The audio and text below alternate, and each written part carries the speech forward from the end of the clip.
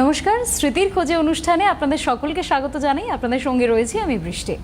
স্মৃতির খোঁজে অনুষ্ঠান আমাদের প্রত্যেক দিনের এই অনুষ্ঠান মানেই এই ঠিক বিকেল 4টের সময় আমরা যখন অনুষ্ঠানটায় বসি তখন একটাই কথা মাথায় আসে যে আপনাদের সঙ্গে দুটো এমন কথা বলতে পারবো যে কথাগুলো আমাদের মনের কথা এবং যে কথাগুলো হয়তো আমরা অন্য 8-5 জনের সঙ্গে বলার মতো সময় সুযোগ কোনোটাই পাই না। সেই জন্যই এই অনুষ্ঠান, আর আপনাদেরও ভীষণ পছন্দের অনুষ্ঠান। তাই চটজলদি একবার কোথায় কোথায় দেখতে পাবেন সেটা আপনাদেরকে বলে দিই। কোথায় কোথায় বলতে ইউটিউবে অবশ্যই।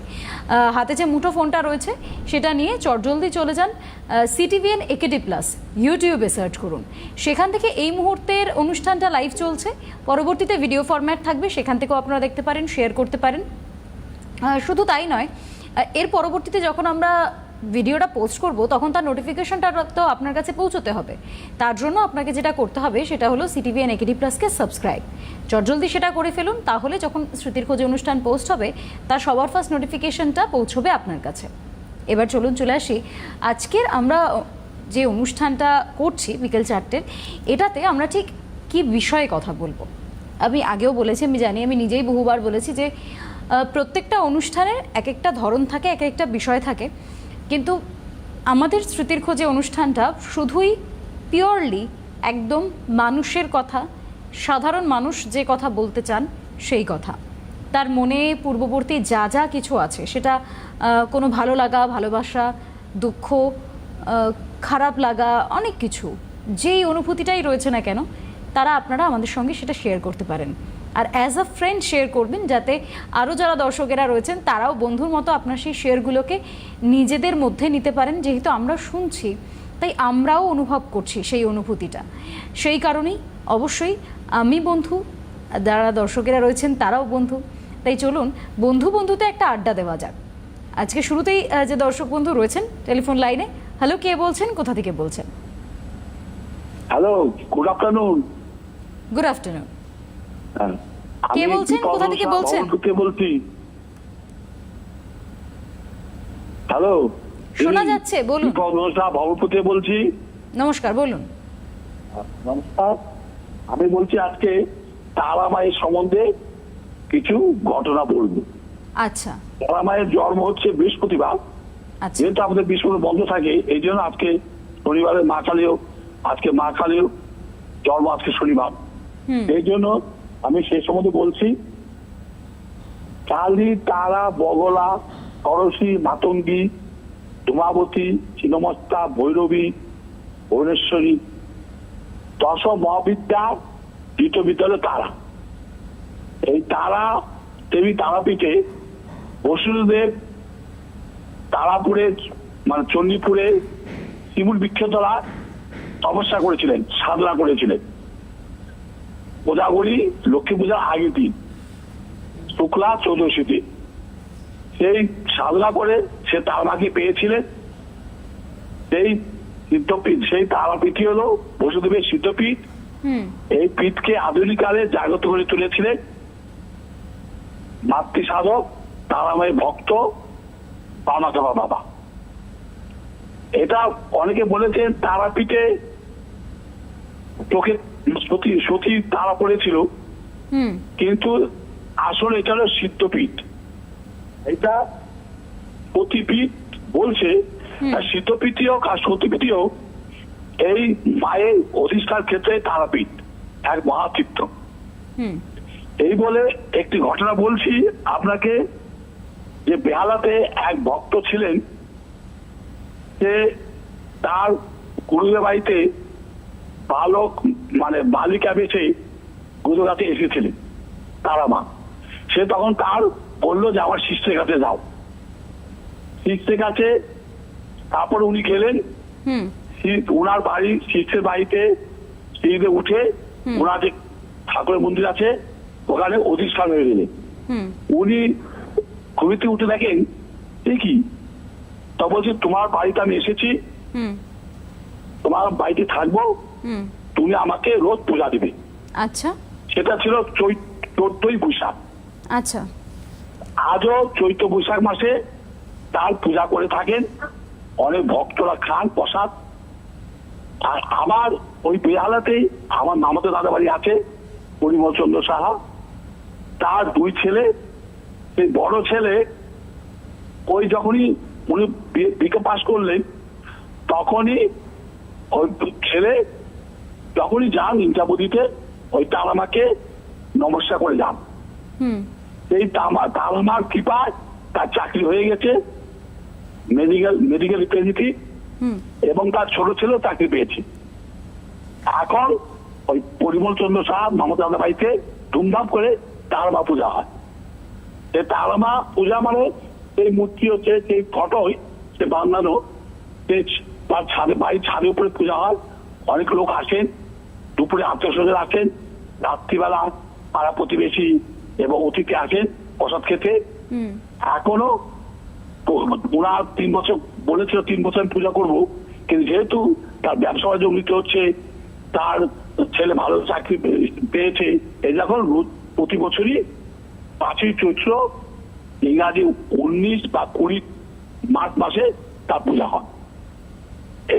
পূজা হয় এবং তারা এই পুজো করে খুব উন্নতি লাভ করেছে।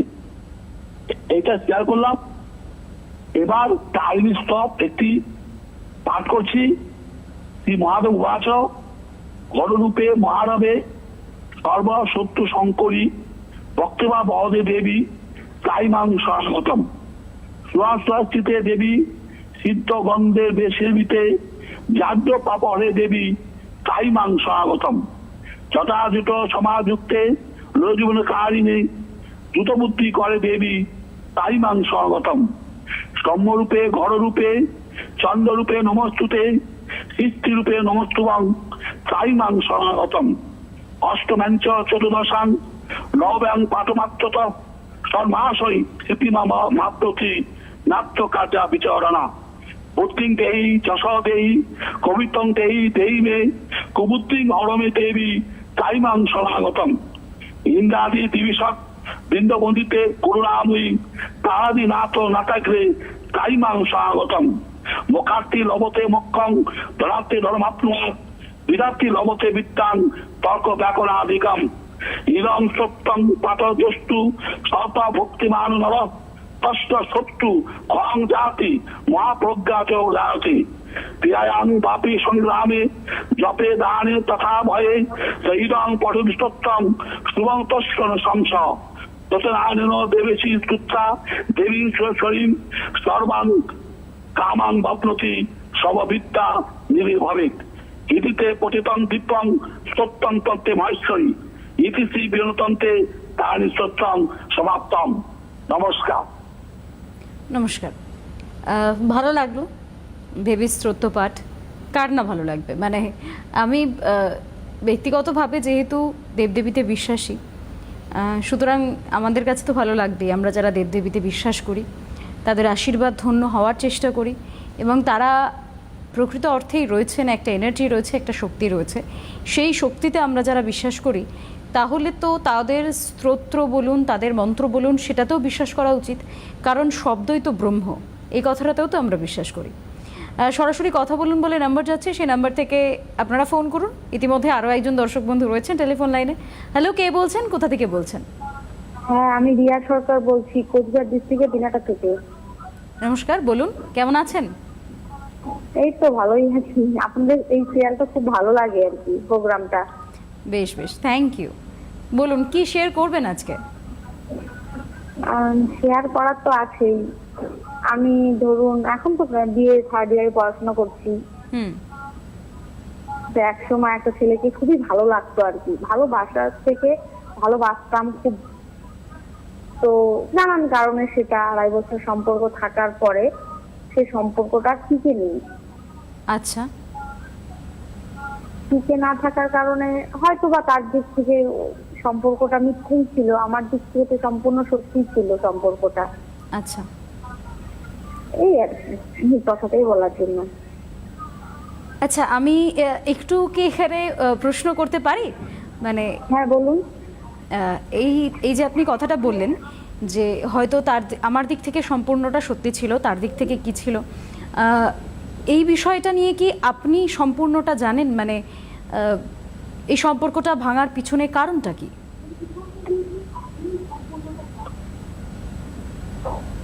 Hello hello. হ্যাঁ, মানে আমি যেটা জানতে চাইছি সেটা হচ্ছে এই সম্পর্কটা কত বছরের সম্পর্ক একটু প্রথমে শুনি। 2.5 বছরের সম্পর্ক ছিল। 2.5 বছর, আচ্ছা। এর পেছনে মানে ভেঙে যে গিয়েছে এর পেছনে কি কারণ তেমন কিছু কি আপনি কি মনে করেন? এর মধ্যে কারণ বলতে আমার তরফ থেকে তো সম্পূর্ণভাবে তার জন্য তো লয়ালিটি, সম্পূর্ণ ভালোবাসা ছিল। এখন হয়তোবা আমারই মানুষ চিনতে ভুল।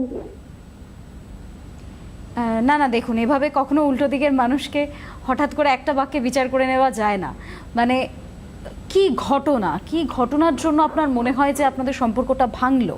কিছু কি এমন স্পেসিফিক আছে যেটা আপনার কাছে অকাট্য একটা প্রমাণ হয়ে দাঁড়ায়? প্রমাণ বলতে হচ্ছে সে যখন আমি তার কাছে যখন পুরানো হই, মানে বলে না পুরোনো জিনিস কোনো কাজে লাগে না, তো আমি যখন তাকে ফোন করতাম, ফোন করার পরে বলতো কি আমি ব্যস্ত আছি, আমি এখন তোমার সাথে কথা বলতে পারছি না। আচ্ছা। জিজ্ঞেস করে বলতাম যে কেন, তোমার তরফ থেকে কি ব্যস্ত আছে, ঠিক আছে অন্য একটা সময় ফোন করো। কখনো ফোন করতো না। আচ্ছা। তা হয়তো আমার তরফ থেকে তো মানে পুরোপুরি সহমত ছিল। এখন হয়তো তার আমাকে ভালো লাগতো না, বা আমাকে পছন্দ ছিল না, বা আমি শুধুই টাইম পাসে ছিলাম। আমি সেই প্রশ্নের উত্তরটা না আজও খুঁজে মানে উত্তর পাচ্ছি না তার। বেশ, দেখুন, এটা নিয়ে আর খুব বেশি ভাববেন না। আমার মা বলেন যে যা হয় তা ভালোর জন্য হয়। তো যেটা হয়েছে আমি জানি, সেটা এই স্মৃতিটা আপনাকে যতবারই আপনার মাথায় আসবে বা যতবারই আপনি আজকে আমার সঙ্গে শেয়ার করছেন, আমি জানি এটা বলতে গেলেও আপনার মনে একটা কষ্ট হচ্ছে। সব সময়ের জন্য একটা। হ্যাঁ, বুঝতে পেরেছি। সেটা আমি আপনার গলা শুনে তাড়া করে বেড়াই। দেখুন, আমি এখানে একটাই কথা বলতে পারি, সেটা হচ্ছে চিরদিন কাহারও সমান নাহি যায়। মানে এই যে বাক্যটা আমি বললাম, এটা সবার জানা, আমরা সবাই শুনেছি এই বাক্যটা। তাই আজকের দিনটা আপনার হয়তো কষ্টে কাটছে। একটা দিন এমন আসবে যখন এই ভালোবাসাটা একেবারে দ্বিগুণ আকার নিয়ে আপনার কাছে ফিরে আসবে। ইউনিভার্স কখনো কাউকে খালি হাতে যেতে দেন না, এটা আমার বিশ্বাস। সত্যি কোনো প্রশ্ন পাচ্ছি না, মানে উত্তরই কোনো পাচ্ছি না। দেখুন, উত্তর খোঁজার চেষ্টাটা যদি আপনি করতে থাকেন, আপনি অনেকটা হয়তো গভীরে চলে যাবেন, হয়তো আরও পেইনফুল হবে আপনার জন্য বিষয়টা। আমার মনে হয় যে যদি আপনারা ডিসিশন নিয়েই থাকেন যে সম্পর্কটা ভেঙেই গিয়েছে, তাহলে আর সেটাকে নিয়ে আর ঘাটানোর প্রয়োজন নেই। তাতে আপনার কষ্ট বাড়বে বই কমবে না। তাই কষ্ট বাড়িয়ে তো লাভ নেই। আপনি নিজে কিভাবে ভালো থাকবেন, নিজেকে কিভাবে আরও ভালো রাখবেন, সুস্থ রাখবেন, সচল রাখবেন, সেইটা ভাবুন। আমার মনে হয় সেইটা আপনাকে অনেক বেশি হেল্প করবে ফিউচারের জন্য।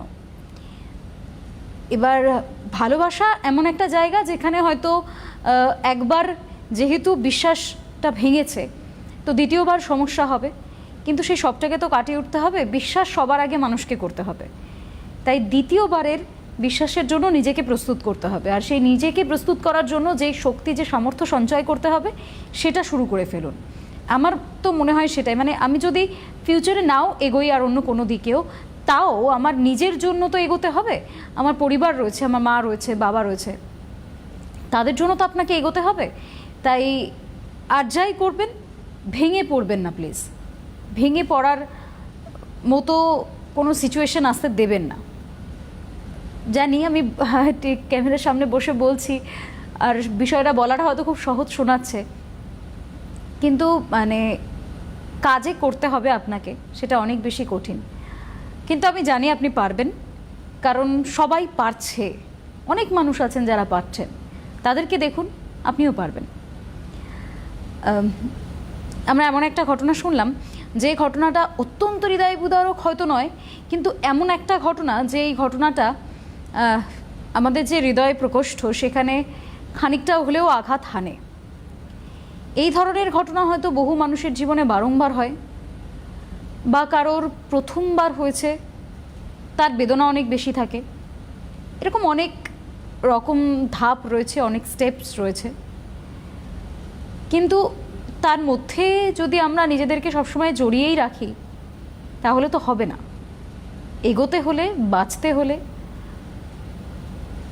আমাকে তো এগোনোর পথটা আগে বার করতে হবে।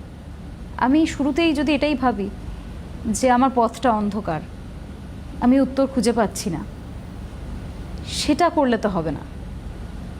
উত্তর হয়তো পাচ্ছি না, হয়তো আজ আমার কাছে নেই, কোনো একদিন থাকবে, কিন্তু সেই কোনো একদিনের জন্য আমাকে তো পথটা হাঁটতে হবে। তাই চেষ্টাটা জারি রাখুন, নিজেকে ভালো রাখার, নিজেকে সুস্থ রাখার, সচল রাখার। এখানে অনেক বিষয় আছে, মানে শুধু যে সবসময় মুভ অন করার জন্য বা একটা সম্পর্ক থেকে বেরিয়ে আসার জন্য আরেকটা সম্পর্কতেই জড়াতে হবে এর তো কোনো মানে নেই। আপনি আপনার সাথে সময় কাটান, আপনি আপনার সাথে থাকুন। আপনাকে কোনটা স্বস্তি দিচ্ছে, আপনাকে কোনটা শান্তি দিচ্ছে, কোন জায়গাটা, কোন ফিল্ডটা, বিশেষত আপনার কাজের ক্ষেত্রে, আপনার হবিজের ক্ষেত্রে, সেইগুলোকে খোঁজার বোধহয় সময় এটা, মোক্ষম সময় আমি বলবো। আমরা তো সারা জীবনে কিছু না কিছু করি, পড়াশোনা করছি, আমাদের আদার্স অ্যাক্টিভিটিস থাকছে স্কুলে কলেজে, কিন্তু বেরিয়ে আসার জন্য যে অ্যাক্টিভিটিসগুলো খুব অ্যাক্টিভলি প্রয়োজন সেটা খুঁজতে হলে এই সময়টা মোক্ষম সময়। আর সেটা খুঁজবেন কিভাবে, সেটার প্রশ্ন যদি আপনারা করেন তাহলে আমার যেটা সবথেকে সহজ উত্তর মনে হয় সেটা হচ্ছে, এক তো আমরা ছোটোবেলার থেকে কি করতে ভালো লেগেছে সেটা বেছে নেওয়া, যে আচ্ছা আমার ছোটোবেলা থেকে এটা ভালো লাগে তাই আমি এটা করছি। এটা একটা খুব সহজ উত্তর এবং খুব সহজ সমাধান খুঁজে নেওয়ার জন্য যে কি করতে ভালো লাগছে। কিন্তু আরেকটা যেটা কঠিন সেটা হচ্ছে আদার্স অ্যাক্টিভিটি ছাড়া আমি আর কি কি করিনি সেগুলোকে করে দেখি, সেখান থেকে যদি কোনো একটা আমার পথ হতে পারে। যেমন ধরুন কেউ সিনেমা দেখতে ভীষণ ভালোবাসে কিন্তু বই পড়তে নয়, তাই এবার সিনেমা দেখুন, অবশ্যই দেখুন, খুব ভালো জিনিস, আমারও খুব ভালো লাগে সিনেমা দেখতে। কিন্তু বই পড়াটা একটা থেরাপি হতে পারে আপনার জন্য, কারণ আমরা তো সবসময় সিনেমা বলতে যা বুঝি বা থিয়েটার বলতে যেটা বুঝি, সবসময় আমরা কিছু একটা দেখছি চোখের সামনে, যেটা আমাদেরকে দেখানো হচ্ছে। ডিরেক্টর যেভাবে দেখতে চাইছেন আমরা সেভাবে দেখছি, ফলত এটা আমাদের একটা ভালো লাগার জায়গা রয়েছে। কিন্তু বইটা থেরাপি কিভাবে, সে কথায় ফিরব। তবে এই মুহূর্তে টেলিফোন লাইনে রয়েছেন একজন দর্শক বন্ধু, শুধু দর্শক বন্ধু বলা ভুল হবে, যার সঙ্গে আমার একটা সম্পর্ক পেতেছে অডিও ভিজুয়ালের মাধ্যমে। তিনি রয়েছেন আমার সঙ্গে টেলিফোন লাইনে। হ্যালো হ্যালো, কেমন আছো? আমি গুজরাট থেকে বলছি। একদম, আমি সেটা জানি এবং আমি শুরুতেই সেটা বলেছি যে অডিও ভিজুয়ালের মাধ্যমে যার সঙ্গে আমার একটা সম্পর্ক হয়েছে। কেমন আছো? আমি ভালো আছি, তুমি কেমন আছো? অনেকদিন বাদে তোমার সঙ্গে কথা হচ্ছে। হ্যাঁ, অনেক দিন বাদে। এর মধ্যে কথা বলেছি কিন্তু তোমার সঙ্গে কথা হয়নি। হ্যাঁ, তুমি তো এসে আমাকে টানলে, কিন্তু বৃষ্টি হচ্ছে না এখানে, কিন্তু বৃষ্টিকে পেলাম। কলকাতায় কিন্তু ভালো বৃষ্টি হচ্ছে।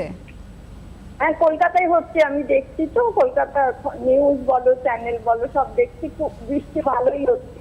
আমাদের এখানে এখনো বৃষ্টি শুরু হয়নি। আচ্ছা, তাহলে কি গরমটা বেশি রয়েছে? বৃষ্টি একটু একটু জোরে বলো, আস্তে আস্তে আওয়াজটা। হ্যালো, শুনতে পাচ্ছ আমার কথা? হ্যাঁ, এবার একটু শুনতে পাচ্ছি। আচ্ছা, ওখানে কি বৃষ্টি হচ্ছে না মানে গরমটা খুব বেশি রয়েছে নাকি? ভদ্রলোক ফোন করলেন, আমরা এটা তো রোজ শুনি, আর ঠাকুরের বিষয় নিয়ে এত সুন্দর বলেন যে মনটা চলে যায় ওদিকে। একদমই, ফোনেই উনি আমাদের সকলকে শোনালেন, খুব ভালো লাগলো।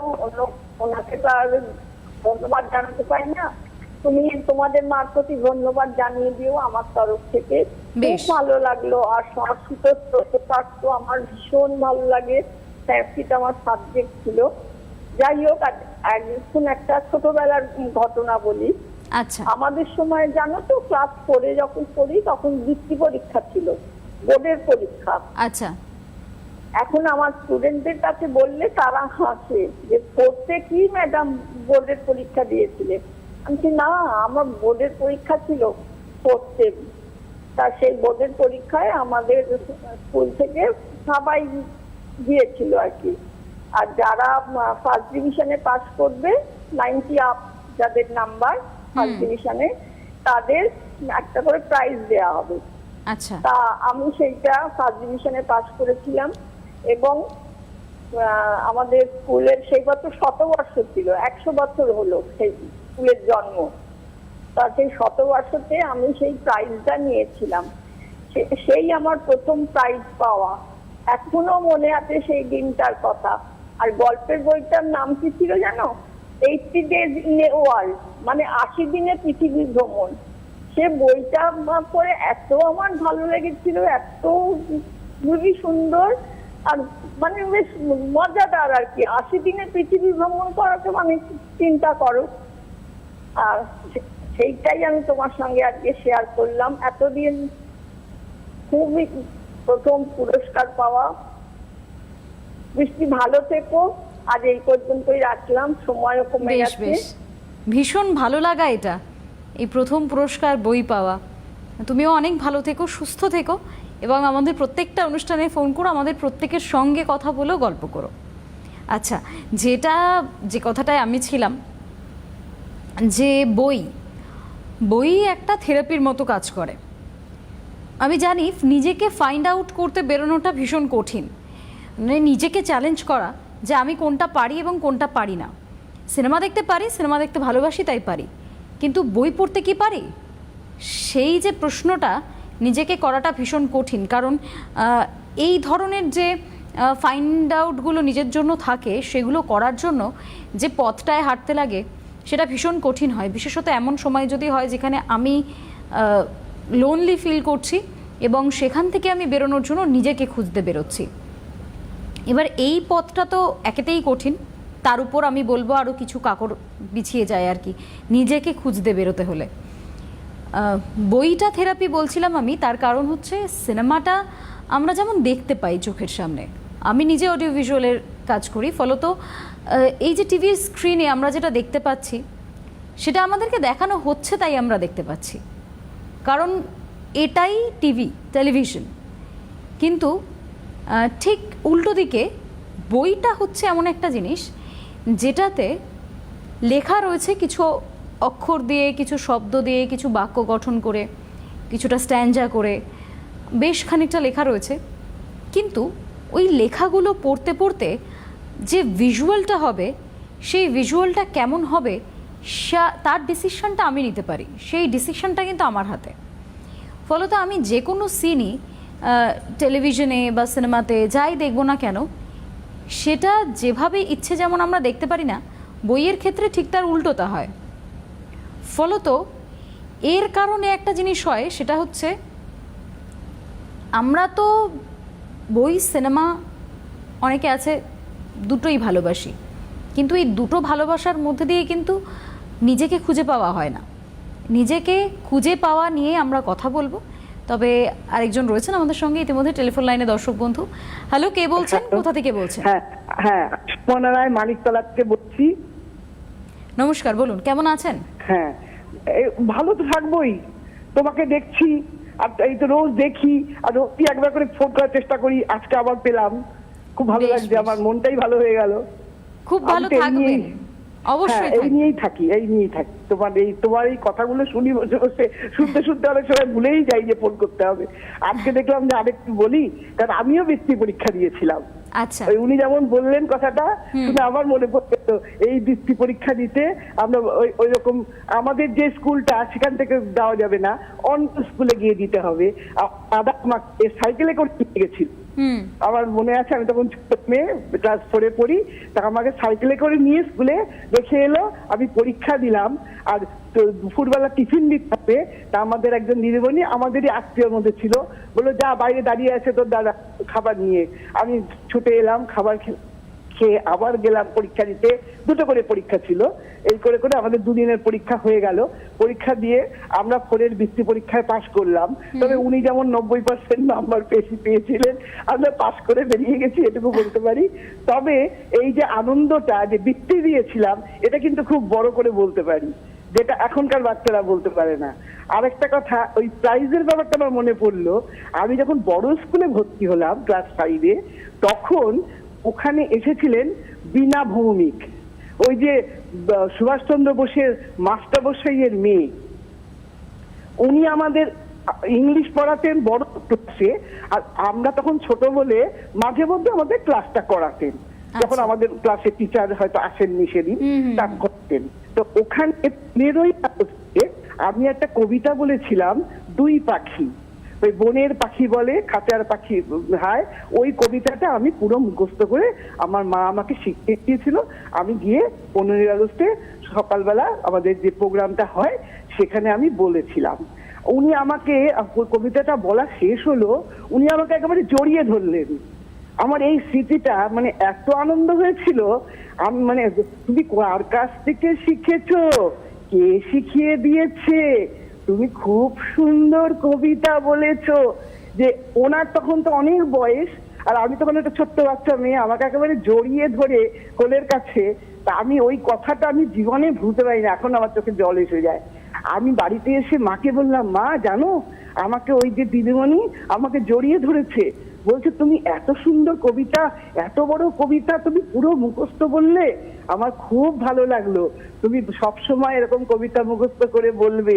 তো এই যে আরেকদিন মানে ক্লাস তো যেমন আস্তে আস্তে তো ক্লাস উঁচুতে উঠে গেলাম, তারপর একদিন বাস আমার দেখা হয়েছে, আমি দেখছি আমি বসে আছি, উনি উঠলেন, তখন আমি সঙ্গে সঙ্গে আমাদের তো দিদিমণি, আমি দিদিমণি বসুন, বলছে না না তুমি উঠো না, না না আপনি বসুন বলে প্রণাম করলাম।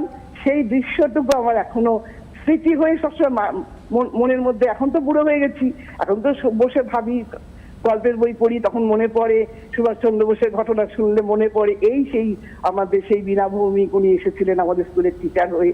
এই দৃশ্যগুলো আমার খুব মনে পড়ে। এই উনি যেই বললেন কথাটা, বৃত্তি পরীক্ষা আর প্রাইজ পাওয়া, ওই তখন মনের মধ্যে চট করে ফোনটা করলাম।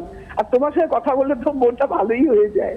আমার তো সবসময় খালি রেডি হয়ে থাকি যে ওদের সঙ্গে একটু কথা বলি, মনটা ভালো লাগবে। আমি তো একা একা থাকি, সারাদিনই গল্পের বই পড়াশোনা, তারপরে যে টিভি দেখা। এই যে তোমার এইটা হওয়াতে আমার মেয়েকে বলছি যে আমি তোর তুই যদি ফোন না করিস আমার মনে এত দুঃখ হয় না, কিন্তু খোঁজেটা না দেখতে পেলে আমার মনটা খারাপ লাগে। বাইরে গেলে কোন জায়গায় গেলে আমি তখন দেখতে পাই না, তখন ভাবি যে আমার স্মৃতি খোঁজেটা আজকে দেখা হলো না, আজকে কি কি হয়ে গেল। তখন এখন তুমি বলবে যে ওই ইউটিউবে, আমি তো ফোনটা ধরতেই ভালো লাগে না। আমার তো ফোনে খালি কথা বলা। আমার মেয়ে বলে তুমি অনেক কিছু শিখছো না মা, কিন্তু আমি কি করব, আমার তো তোমাদের এই বুকগুলো দেখি, তখন আমার ভালো লাগে। আমার ফোনের মধ্যে ভালো লাগে না কথাগুলো। বেশ বেশ, ফোনে না ভালো লাগে টিভিতে দেখবেন, যে কোনো একটা জায়গায় আমাদের সঙ্গে থাকবেন সব সময়, ব্যাস তাহলেই হবে। এইটুকুই তো চাওয়া। এই আপনাদের যেমন ভালো লাগে তেমন আমাদেরও ভীষণ ভালো লাগে যখন আপনারা ফোন করেন, আপনাদের সঙ্গে কথা বলি, এরকম একটা ফ্রি কথাবার্তা হয়, যে কথার মধ্যে কোনো বাঁধন নেই, কোনো আটক নেই, কিছুই নেই, একদম ফ্রি কথা বলি আমরা একে অপরের সঙ্গে। এই কথাগুলো বলতে সবার ভালো লাগে, কার না ভালো লাগে বলুন তো। ভালো থাকবেন, সুস্থ থাকবেন, এবং আমাদের প্রত্যেক দিনের অনুষ্ঠানে প্রত্যেক দিন দেখবেন, এবং অবশ্যই ফোনটাও করবেন। তবে বই কেন থেরাপি, এটা নিয়ে আবার পরের অনুষ্ঠানে আমি আসবো। আজকের জন্য এখানেই বিদায় নিচ্ছি। আপনাদের সকলকে অনেক ধন্যবাদ। নমস্কার।